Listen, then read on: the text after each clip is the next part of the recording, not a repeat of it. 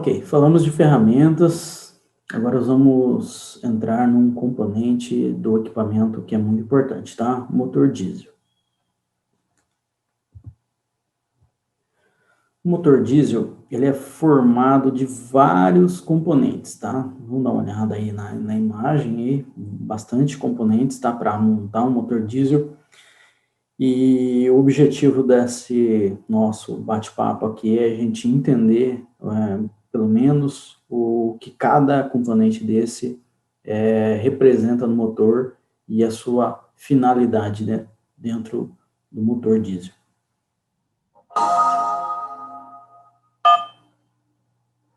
Os motores de combustão interna podem ser distinguidos em dois grupos: os de ignição por centelha e os de ignição por compressão. O motor de ignição por centelha é o nosso conhecido motor a gasolina, também chamado motor de ciclo Otto, nome de seu inventor, o alemão Nikolaus Otto. A ignição deste motor acontece por meio de uma centelha ou faísca provocada por uma vela de ignição. O motor de ignição por compressão também é chamado de motor diesel, em homenagem ao seu criador, o engenheiro alemão Rudolf Diesel. A ignição se dá quando o óleo diesel pulverizado entra em contato com o ar aquecido pela ação da compressão. O pistão, ao se movimentar, aciona a árvore de manivelas através de uma peça de ligação chamada biela. Ok, os motores são classificados em motor de tempo, tá? Temos motor de 2 tempos e 4 tempos. Porém, a gente vai falar sobre o motor de 4 tempos hoje, tá? Que é o motor que a gente tem no nosso equipamento, tá? O motor de 4 tempos, ele é dividido em 4 estágios. No caso, são o primeiro estágio, o primeiro tempo, seria o tempo de admissão. É o momento onde que o cilindro abaixa, sugando o ar para dentro da câmara de compressão. O segundo tempo é o tempo de compressão, é o movimento do cilindro de subir, então ele sobe, comprimindo o ar que está dentro do ar, ou o ar combustível, dependendo do modelo, que está dentro da câmara. O terceiro tempo é a explosão, o motor a gasolina, a explosão acontece através da centelha, né? No motor diesel, o calor da compressão e o diesel pulverizado proporciona essa explosão. E o quarto tempo, que é o tempo de escape, tá? Depois do ciclo quase completo, tá? O cilindro sobe mais uma vez, empurrando os gases para fora, para o escapamento. Vamos acompanhar passo a passo os 4 tempos dos motores ciclo diesel. Primeiro tempo: admissão. O pistão desce, uma válvula se abre, admitindo o ar no interior do cilindro. A árvore de manivelas dá meia volta. Segundo tempo: compressão. A válvula de admissão fecha, o pistão sobe e comprime o ar, elevando sua temperatura a aproximadamente 600 graus. Pouco antes de atingir o ponto morto superior, o combustível é injetado sob pressão na câmara de combustão. A árvore de manivelas dá mais meia volta. Terceiro tempo: combustão. A elevada temperatura provocada pela compressão do ar faz com que o combustível se queime à medida que vai sendo injetado. A expansão dos gases da combustão empurra o pistão para baixo, produzindo o tempo útil, ou tempo motor. A árvore de manivelas dá a terceira meia volta. Quarto tempo: escape. A válvula de escape abre, o pistão sobe empurrando os gases para fora. Completa-se assim o ciclo de 2 voltas na árvore de manivelas. Ok, como vimos no vídeo, os motores diesel, né, os 4 tempos de motor diesel. Dá uma olhadinha aqui no motor a gasolina, tá? Todos os motores de 4 tempos, gasolina, etanol e diesel, realizam o ciclo do motor com apenas 2 voltas na árvore de manivela, ou Brabraquim, independente da quantidade de cilindros ou formato de construção. Então, 2 voltas da árvore de manivela é o suficiente para ele fazer todo o ciclo, tá? Aí na imagem a gente tem o primeiro tempo da admissão no motor com ciclo Otto, tá? O motor a gasolina ou etanol. O segundo tempo, que é a compressão.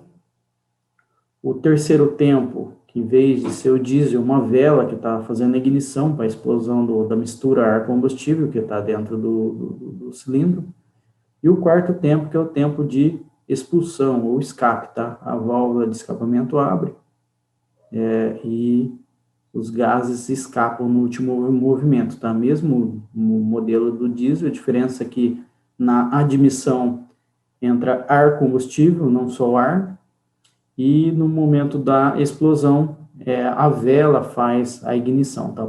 Centelha, inicia-se uma centelha ali, ela inflama o ar combustível que está dentro do cilindro.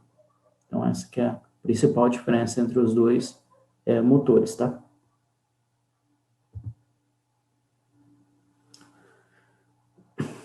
Nos 3 elementos do fogo, tá? Triângulo do fogo no motor diesel.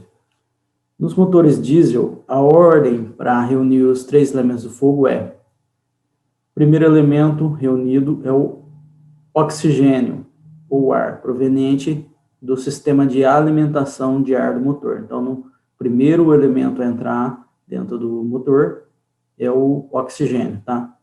Segundo elemento é o calor, proveniente da alta pressão na fase de compressão, que faz com que o ar comprimido chegue a temperaturas entre 550 e 800 graus. Então, no movimento de compressão, as moléculas de ar se atritam uma com as outras, né, gerando calor. Então, o ar, o oxigênio que tinha entrado, se atrita e gera calor, tá? E o terceiro elemento do combustível, que no caso é o combustível, nesse motor nosso é o diesel, é proveniente do sistema de alimentação de combustível, no exato momento que o sistema ejeta o diesel no interior do cilindro, sobre a cabeça do pistão, através do bico injetor, completando assim a junção dos 3 elementos para a realização da combustão. Então, os 3 elementos que eu preciso para ter um fogo, né?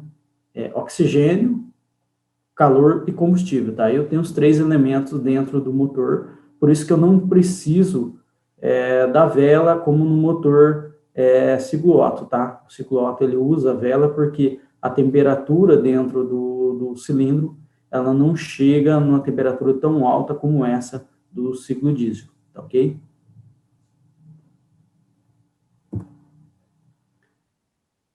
Visão geral. Vamos falar sobre os 2 tipos de motores, tá? E o que tem entre um e o outro. Existem 2 tipos de motores. O motor de combustão interna ou motor de ignição por compressão. O motor diesel foi inventado por Rudolf Diesel em 1958 e a combustão ocorre quando o combustível entra em contato com o ar superaquecido, podendo chegar a 800 graus na câmara de combustão. A principal diferença no motor diesel e gasolina é a taxa de compressão, tá? Então, o motor diesel, ele tem uma taxa de compressão que varia entre 16 para 1 e 24 para 1. E o motor gasolina tem uma taxa de compressão que varia entre 8 para 1 e 11 para 1. Então, o motor diesel, normalmente, ele tem uma taxa de compressão que é, no mínimo, o dobro da taxa de compressão do motor a gasolina. Então, o que acontece? O volume de ar que entra e o tamanho que ele comprime, né? O tanto que ele comprime. Ele entra 1 litro de ar, ele vai comprimir esse litro de ar 16 vezes para gerar a explosão. Primeira, um mínimo que ele vai diminuir 16 vezes. Então, é uma taxa de compressão muito grande, tá? Uma taxa de compressão, por isso que gera aquele calor que pode chegar até 800 graus, tá? Já no motor a gasolina, a taxa de compressão máxima é 11 vezes, tá? Não chega nem ao mínimo do motor diesel, tá? Então, de 8 a 11 vezes no motor a gasolina. Nos motores a gasolina, durante o primeiro tempo, a admissão, a válvula de admissão se abre. O pistão desce e enche a câmara com a mistura ar-combustível. Em seguida, quando a válvula de admissão se fecha, começa o tempo de compressão, onde o pistão sobe comprimindo essa mistura. Quando o pistão chega perto do ponto morto superior, PMS, acontece uma centelha que explode a mistura ar-combustível, iniciando o tempo de explosão e movimentando o pistão para baixo com muita força. Na próxima meia volta do eixo virabrequim, a válvula de escapamento é aberta e o pistão sobe empurrando todos os resíduos para fora da câmara de explosão. Nos motores a diesel, a válvula de admissão se abre e o pistão desce, enchendo a câmara somente com ar. Em seguida, no tempo de compressão, este ar é comprimido, o que eleva a sua temperatura. Quando o pistão chega perto do ponto morto superior, PMS, o óleo diesel é injetado a uma pressão em torno de 200 bar e se inflama instantaneamente ao deparar-se com o ar aquecido. Essa explosão causa uma grande força de expansão, que faz com que o pistão desça para seu ponto morto inferior, PMI. Na próxima meia volta do eixo virabrequim, a válvula de escapamento é aberta e o pistão sobe, empurrando todos os resíduos para fora. Diferença 1. No motor a gasolina, durante a admissão, o cilindro é preenchido por uma mistura ar-combustível. Nos motores a diesel, o cilindro é preenchido com ar puro. Diferença 2. No motor a gasolina, o ar passa por uma válvula tipo borboleta, que está ligado ao pedal do acelerador e que controla a quantidade de ar e combustível admitidos, determinando a rotação do motor. Na maioria dos motores diesel, essa válvula não existe e a quantidade de ar admitido depende da rotação do motor. A câmara de combustão de um motor de ciclo Otto a gasolina é entre 8 e 11 vezes menor que a capacidade cúbica do cilindro, o que determina uma taxa de compressão entre 8 e 11 por 1. No caso do diesel, a câmara é entre 16 e 24 vezes menor que a capacidade cúbica do cilindro, significando uma taxa de compressão muito mais elevada, entre 16 e 24 por 1. A taxa de compressão está diretamente ligada à temperatura do ar dentro do cilindro. Quanto maior a compressão, maior a temperatura. No motor diesel, a temperatura do ar comprimido pode chegar a 800 graus centígrados. Já no motor a gasolina, ela não deve passar de 450 graus. No motor a gasolina, o ar e o combustível são comprimidos dentro do cilindro. Com a centelha da vela, essa mistura explode, empurrando o pistão para baixo com grande intensidade de impacto. Já no motor a diesel, o combustível só é injetado perto do momento máximo de compressão. É quando o óleo pulverizado dentro da câmara se inflama em contato com o ar aquecido, sem precisar da centelha. Outra diferença está na força criada por cada modo de combustão. A explosão cria um impacto muito intenso, mas com pouca duração, como se fosse uma martelada na cabeça do pistão. Isso faz com que os pistões do motor a gasolina tenham um curso menor para aproveitar melhor a intensidade do impacto. Já nos motores diesel, a expansão acontece de acordo com a queima, na medida em que o combustível é injetado. A força de expansão não é tão intensa, mas tem uma duração maior, agindo como um empurrão. Por isso, o curso do pistão no motor diesel é maior. Nesse tempo, não há diferenças entre motores, pois quando o pistão sobe, empurra os gases resultantes da combustão para fora do cilindro. O motor a gasolina admite e comprime a mistura ar-combustível. O motor a diesel comprime somente o ar. O controle de rotação no motor a gasolina é feito pela borboleta de aceleração. No motor a diesel, esse controle é feito pela bomba injetora. A taxa de compressão e a temperatura alcançada dentro do cilindro do motor a gasolina são menores que no motor a diesel. O motor a gasolina se utiliza de uma centelha para inflamar a mistura. O motor diesel não.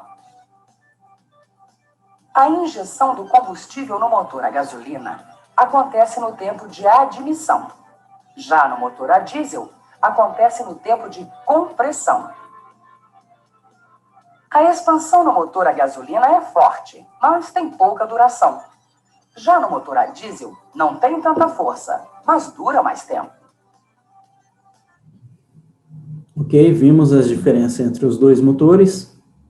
Agora vamos dar uma olhadinha em diagnóstico, tá? Então, alguns sintomas que podem ser feitos diagnósticos sem intervenções, tá?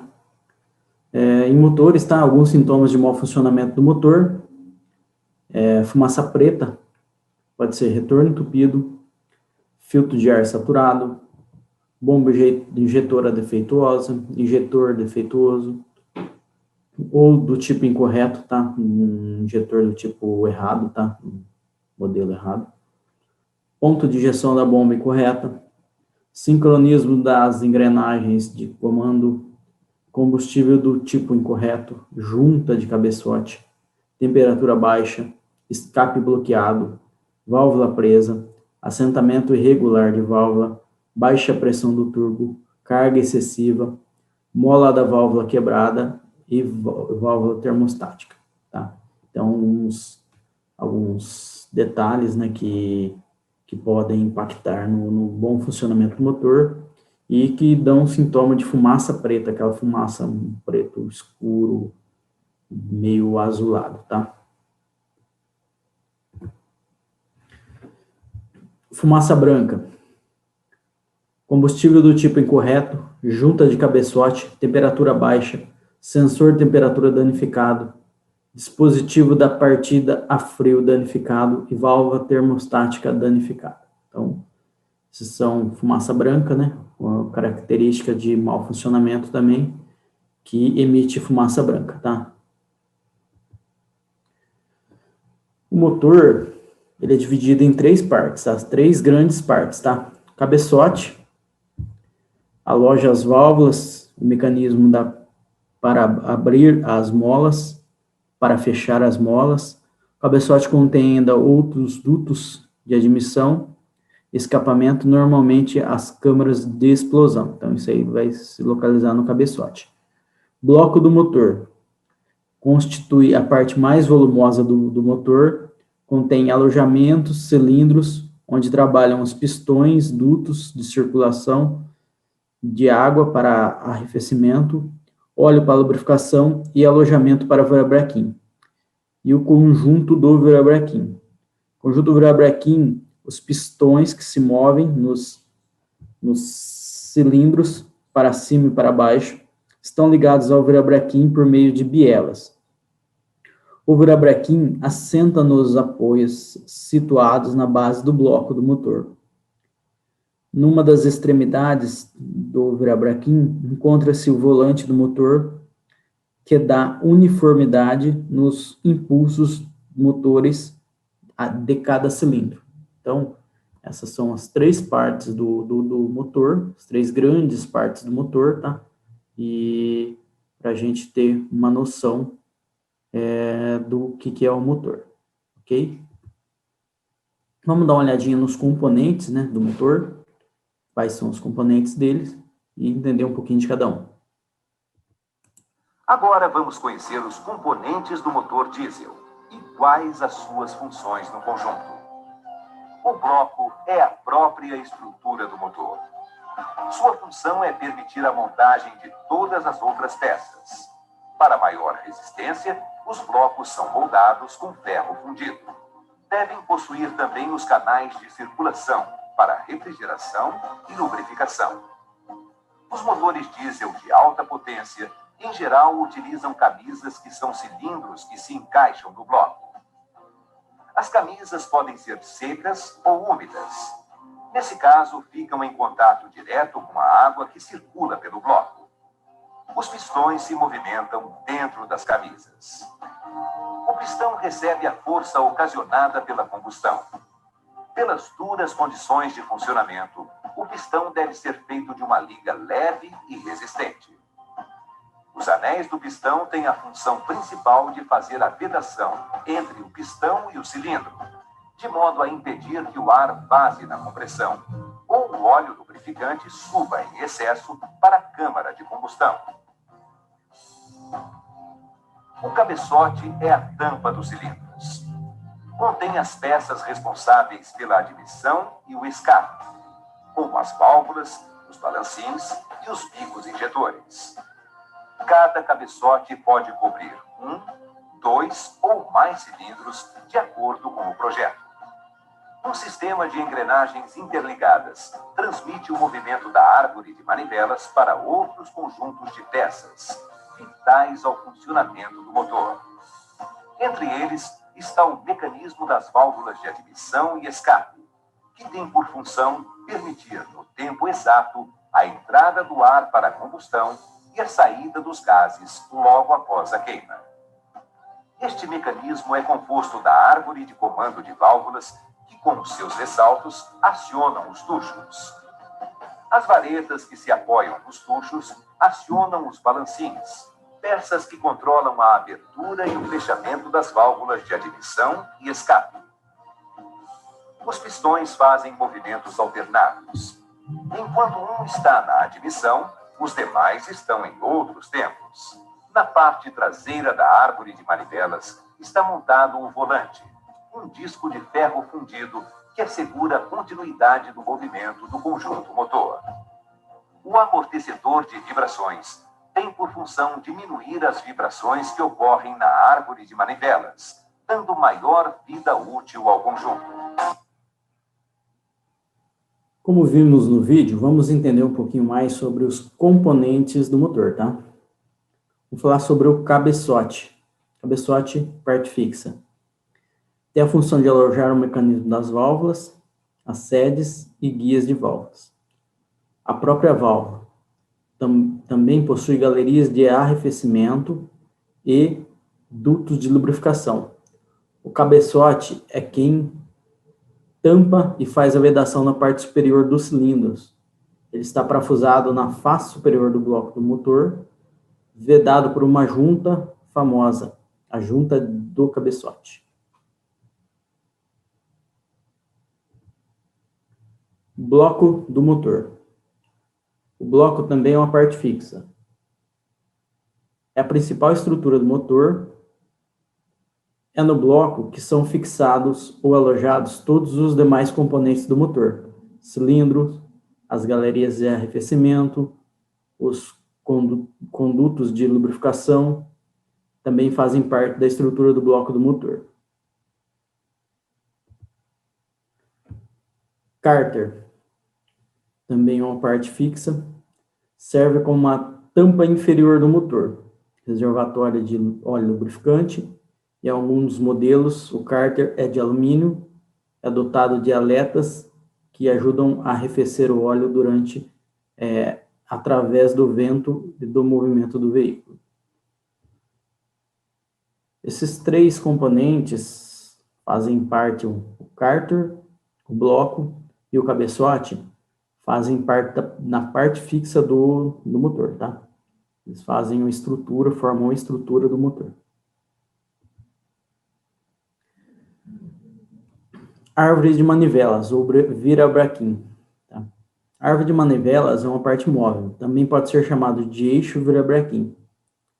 Este componente tem a função de transformar o movimento de sobe e desce do pistão em um movimento de rotação, sendo transmitido para o volante do motor e depois o sistema de transmissão. Seus agregados são mancais, parafusos e bronzinas. Pistão. Pistão também é uma parte móvel. É responsável por admitir o ar, comprimir o ar, receber a força da combustão transmitido para a biela, também expulsar os gases de escape para fora do cilindro. Os agregados pistão são anéis de compressão, lubrificação, pino e trava. Biela. Biela faz parte das partes móveis do motor. É o elo de ligação entre o pistão e a árvore de manivelas. A biela transmite o movimento sobe e desce do pistão para a árvore de manivelas, ou simplesmente o eixo virabrequim. Os agregados da biela são os parafusos, as buchas e as bronzinas.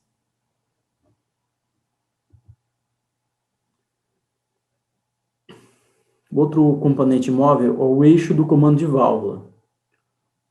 O comando tem a função de abrir e fechar as válvulas de admissão e escapamento no momento exato, determinando os tempos do motor ou fase de funcionamento. Os agregados do comando são mancais de fixação e a engrenagem de distribuição. Então, acoplado no eixo do comando de válvulas, é a engrenagem que vai na árvore de distribuição, tá? E esse movimento que ele faz, abrindo e fechando as válvulas no momento exato que cada cilindro está desempenhando a função dele, tá? Outro componente móvel do motor são as válvulas, tá? São duas válvulas, no mínimo, nos motores diesel, etanol e gasolina. A de admissão, entrada, e a de escapamento, que é saída. Eles também podem ter mais do que duas válvulas por cilindro. 3, 4 e assim por diante, tá? Esses motores se classificam como motores multiválvulas. Eles são muito aplicados atualmente na linha diesel por apresentar melhores rendimentos. Então, válvulas nos motores a diesel geralmente são duas por cilindro, tá? Uma de admissão, outra de escape.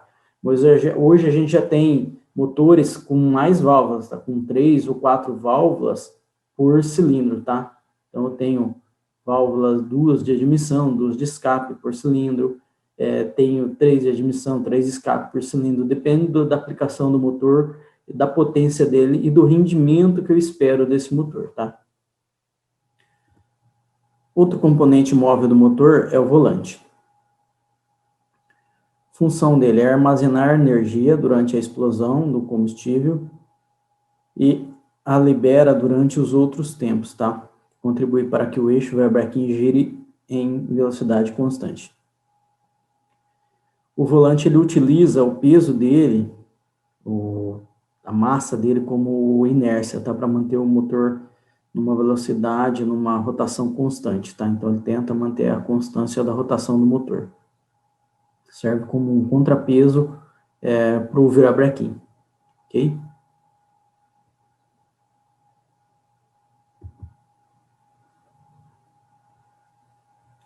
Componentes do motor tem a câmara de combustão, tá? Tem a função muito importante no motor, que é onde acontece a explosão e, com isso, dá início ao ciclo dos 4 tempos do motor, tá? Então, a câmara é onde recebe todo o combustível, onde acontece todo o ciclo do motor, na câmara de combustão, tá? A força, ao deslocar um ponto, gera trabalho. Chamamos de potência o trabalho de uma força executado ao longo do tempo. Normalmente, a potência de um motor é expressa em cavalo-vapor, CV ou HP, em kilowatts.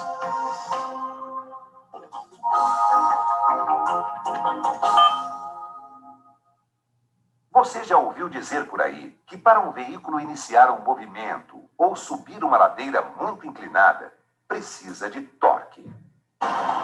E o que é torque? Torque, ou momento de força, pode ser entendido como o esforço de torção.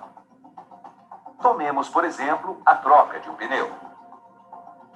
O torque é o produto da força exercida no braço da alavanca pela distância do ponto de aplicação da força ao centro do movimento. No caso, o eixo do parafuso. O mesmo princípio ocorre com o motor. A força que empurra o pistão atua através da biela sobre o moente da árvore de manivelas. O momento de força presente no eixo de manivelas é o que chamamos de torque. A unidade de medida do momento de força chama-se quilograma-força-metro. Pelo Sistema Internacional de Medidas, o torque é medido em newton-metros. Nos motores mais potentes, o torque máximo é alcançado a baixas rotações. Isto quer dizer que não há necessidade de operar o motor em alta rotação para se conseguir torques elevados. Outro componente do motor é a turbina, tá? Ou turbocompressor. A função do turbocompressor, a turbina, no caso, é forçar a entrada de ar para admissão em consequência de obter mais potência, tá? Então, a função dela é puxar o ar que está passando pelo filtro e gerar uma pressão, quer dizer, aumentar o volume de ar que vai entrar na câmara de compressão, tá? Então, essa é a principal função da turbina ou turbocompressor.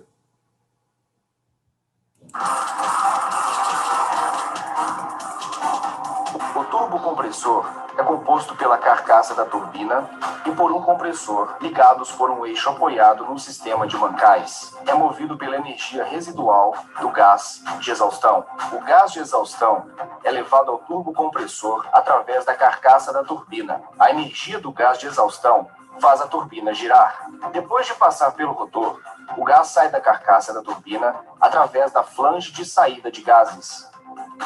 A temperatura dos gases de exaustão pode atingir até 760 graus Celsius, o que significa que é necessário usar materiais de grande resistência no rotor e na carcaça da turbina. A velocidade e carga do motor determinam a rapidez com que o rotor da turbina do motor gira. Se o motor estiver em ponto morto, o rotor irá girar a uma velocidade mínima. À medida que mais gases passam através da carcaça da turbina, esta irá girar mais rapidamente. Na sua velocidade máxima, a turbina pode atingir mais de 150.000 rotações por minuto. O rotor do compressor está ligado à turbina através de um eixo de aço forjado. À medida que o rotor da turbina gira, o eixo impulsiona a roda do compressor. O ar é levado até a carcaça compressora através do motor e é comprimido à medida em que as pás giram a grande velocidade. A carcaça é desenhada de forma a converter a corrente de ar de alta velocidade e baixa pressão numa corrente de ar de baixa velocidade e alta pressão, a saída através de um processo chamado difusão. O ar entra no compressor a temperatura atmosférica, mas sai desta a cerca de 200 graus Celsius. À medida que a temperatura do ar aumenta, a sua densidade diminui, e dessa forma, mais o ar pode ser forçado a entrar no motor, se o ar for arrefecido depois da fase do compressor. Este processo chama-se intercooling ou aftercooling e consiste em arrefecer o ar tanto com água ou com ar.